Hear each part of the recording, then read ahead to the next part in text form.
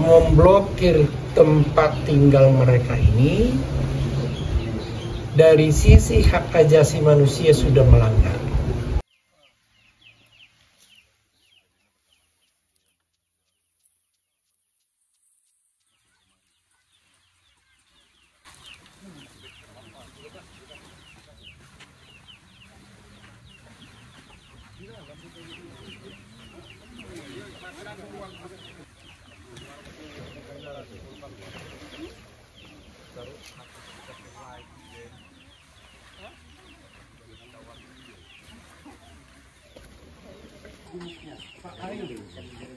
Rumah bapak rumah. Punya rumah siapa? Itu Pak yang viral Pak, yang ngadu sama Tuhan Pak. Baju merah. Pak. Yang baju merah ini. Mana? Nanti itu kok kau nangis. Bilanglah sama opung itu. Kayak mana kejadiannya ini? Bilang dulu. Mana kemarin? Mana? Iya. Ceritakan dulu nang. Jalan kami bilang. Iya gitu. Udah malu dia. Anaknya, itunya mana yang baju merah itu saya ini.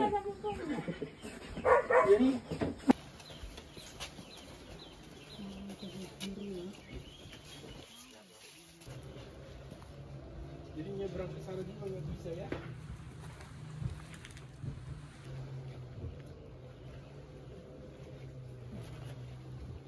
Ini Untuk apa ya?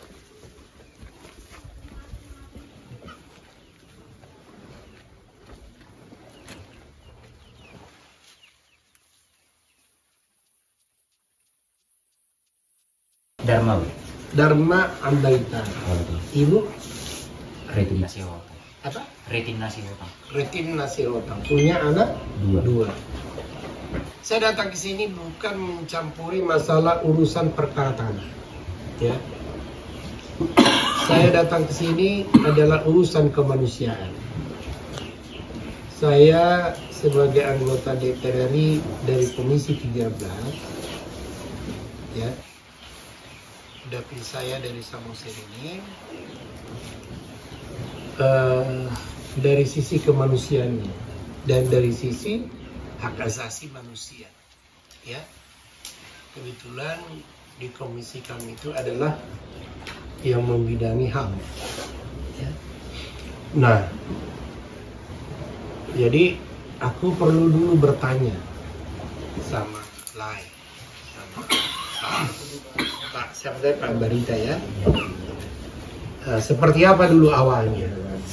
Saya tidak untuk mempermasalahkan ini milik siapa dan ini milik siapa. Itu saya bukan ranah saya di situ. Coba, sudah berapa lama di tempat ini? Jadi sedikit saya ceritakan Pak. Kalau penguasaan Sambil terus ya. kalau penguasaan fisik lahan itu sudah 4 generasi, dari opung bapak saya ke opung saya, bapak saya turun sama saya. Tapi untuk berdirinya rumah itu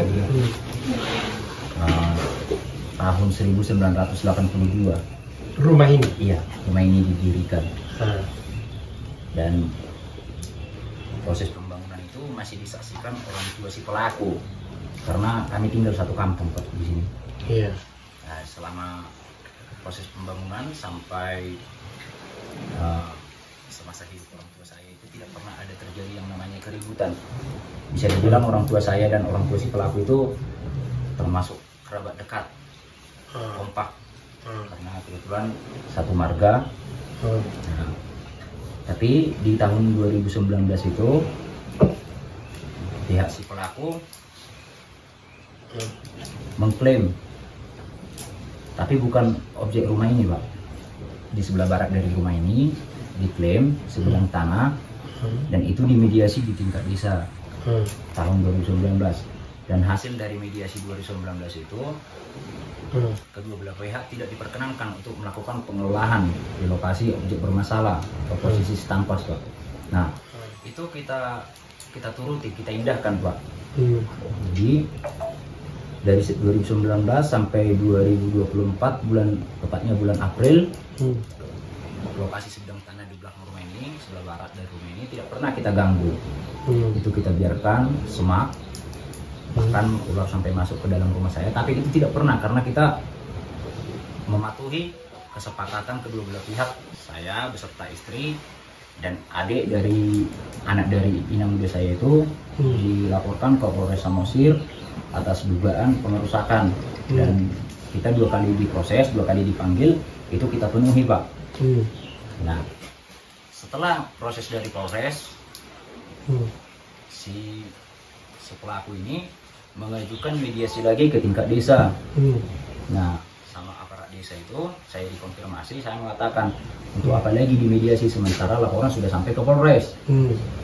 Nah, setelah itu gagal, Pak, mereka mengajukan ke tingkat kecamatan 2 kali. Jadi 2 kali di tingkat kecamatan itu saya tidak pernah mangkir, saya tidak hadir, tapi saya balasi dengan surat. Jadi saya membalasnya secara resmi, saya tidak mangkir dari panggilan Bapak Camat. Nah, di situ kenapa saya tidak menghadiri, Pak?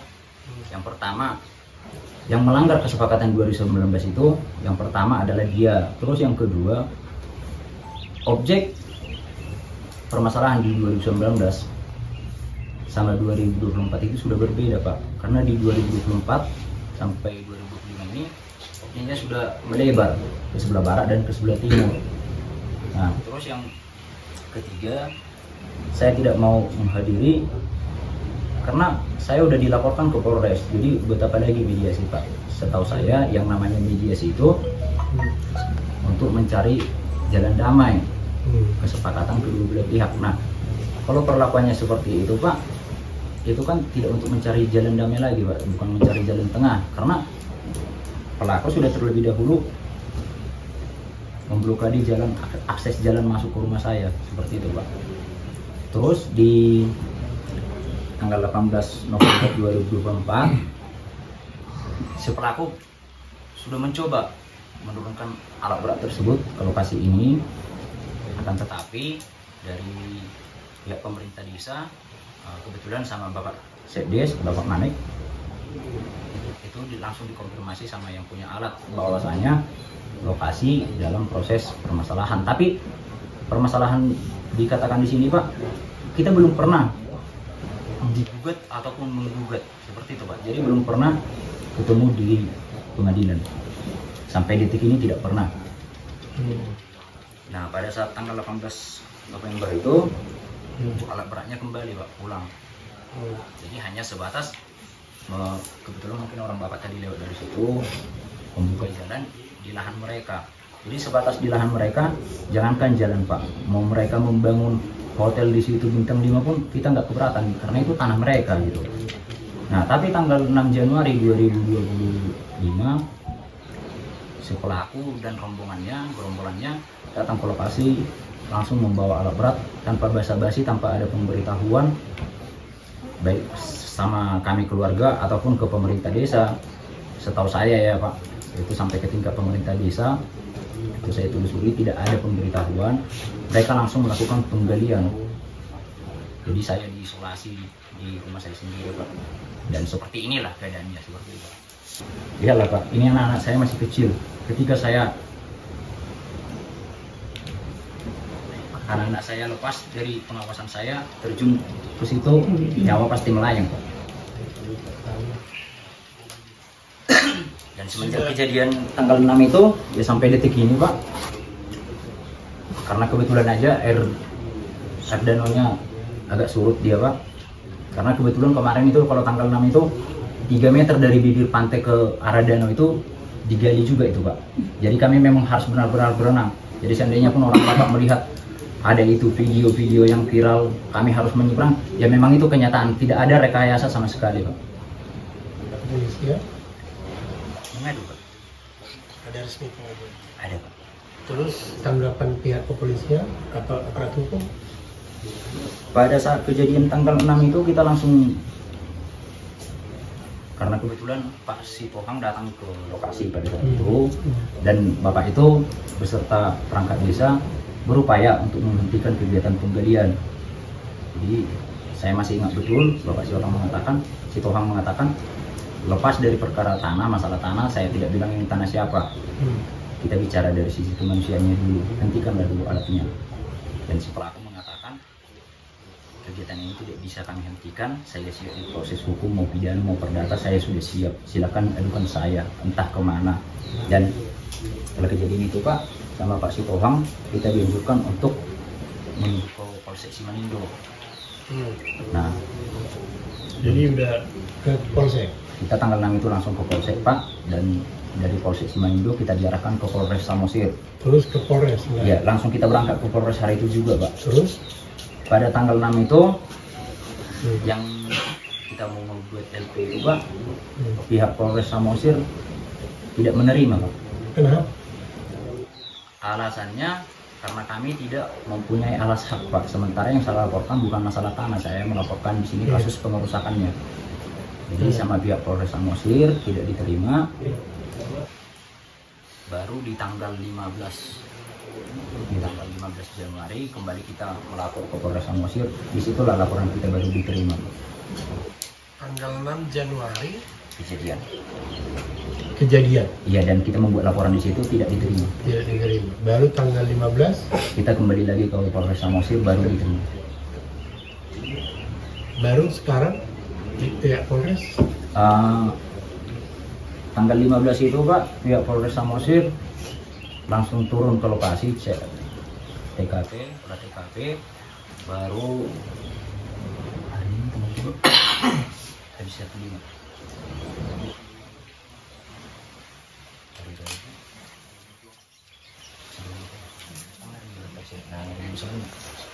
Tanggal 19 itu pihak Polres Samosir sama orang Bapak Sitohang dari Polsek Simanindo kembali ke lokasi untuk melakukan TKP.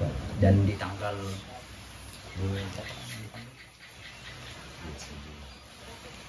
hari Kamis minggu kemarin kita 1 minggu lah ya. Iya, 1 minggu yang lalu Pak, kita dipanggil pihak Polres Samosir, diminta klarifikasi dan diminta menghadirkan saksi atau yang melihat kejadian itu Pak. Untuk sementara prosesnya masih sampai di situ Pak. Membuat orang terintimidasi secara psikologis dari anak-anak yang masih kecil. Tentu dia akan trauma melihat rumahnya dikasih lubang yang besar-besar, dan ini akan menjadi semacam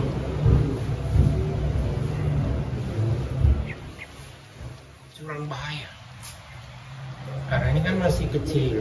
Padahal kalau sehat dia jatuh ke lubang itu karena ada air, ya bisa membawa korban. Karena saya membaca di media sosial dan ini redapil saya, tentu tindakan yang dilakukan oleh pelaku memblokir tempat tinggal mereka ini dari sisi hak asasi manusia sudah melanggar. Karena apa melanggar? Karena anak-anak ini sudah mendapat ancaman, tekanan batin yang luar biasa. Tentu perlu kita melindungi anak-anak ini. Nah, tadi sudah saya sampaikan, sedangkan saya orang dewasa mau masuk ke tempat ini sudah penuh dengan perjuangan. Apalagi penggalian daripada tanah ini dibuat sebagai rongga besar sekeliling rumah dengan kedalaman juga yang cukup lumayan dan digenangi oleh air Danau Toba, sehingga anak kecil ini setiap saat akan terancam jiwanya. Karena apa? Karena bisa dia main, namanya anak kecil main di pinggir, terus kalau jatuh ke dalam lubang bisa menjadi korban, bisa akibat fatal akibatnya. Keselamatannya terancam. Dari sisi hak asasi ini sudah parah.